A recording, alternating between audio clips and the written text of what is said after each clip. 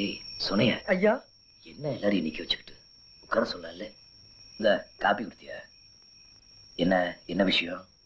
பஞ்சாயத்தா? திருவிழாவா?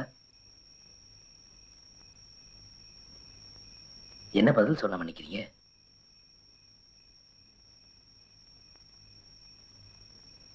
ஏன் எல்லாரும் பேசாம நிக்கிறீங்க? அண்ணே, அத்தை நம்மளெல்லாம் விட்டுட்டு போயிரும் போல இருக்குல்ல.